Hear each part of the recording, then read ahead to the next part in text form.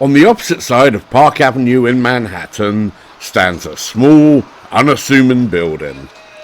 Once, it was one of New York City's most iconic nightclubs, Max's Kansas City.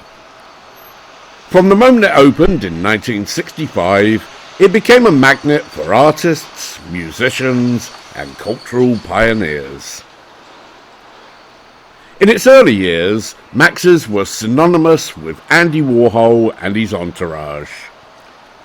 Warhol practically held court there nightly, bringing along the Velvet Underground, who often performed regularly in the intimate space. As the glam rock scene emerged, Max's transformed into its unofficial headquarters. David Bowie, Marc Bolan, Iggy Pop, and Alice Cooper all became regulars. One unforgettable moment in Max's history occurred in July 1973. Two young acts shared the stage for a week of performances. Bruce Springsteen, promoting his debut album, and Bob Marley and the Wailers, then simply called the Wailers, who were the opening act for all of these performances. Their shows took place in the club's upstairs showroom, with fewer than 50 people in attendance each night. Imagine witnessing Springsteen and Marley perform together in such an intimate setting. By the mid-1970s, the art crowd began to fade from the scene, and glam rock was in decline. Max's briefly closed, but reopened in 1975, this time becoming a cornerstone of the punk rock movement. While CBGB often grabs the spotlight, Max's was equally crucial in shaping punk's early days. Every major New York punk band performed there, and Debbie Harry, who later fronted Blondie, worked as a waitress in Max's before finding fame. The club hosted some legendary moments in punk history.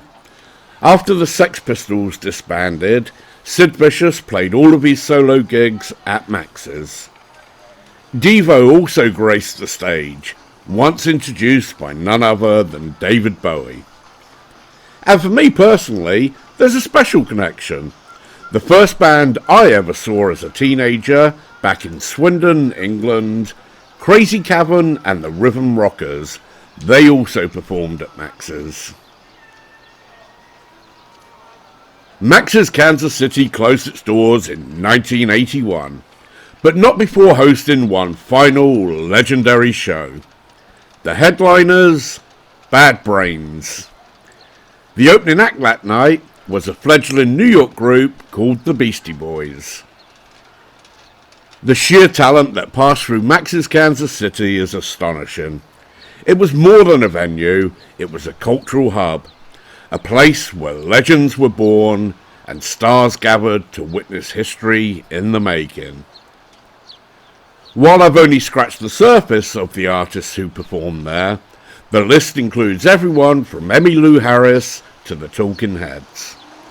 And it wasn't just about the acts on stage. Many future stars were part of the audience, soaking in the magic of a place that epitomized the creative energy of its era.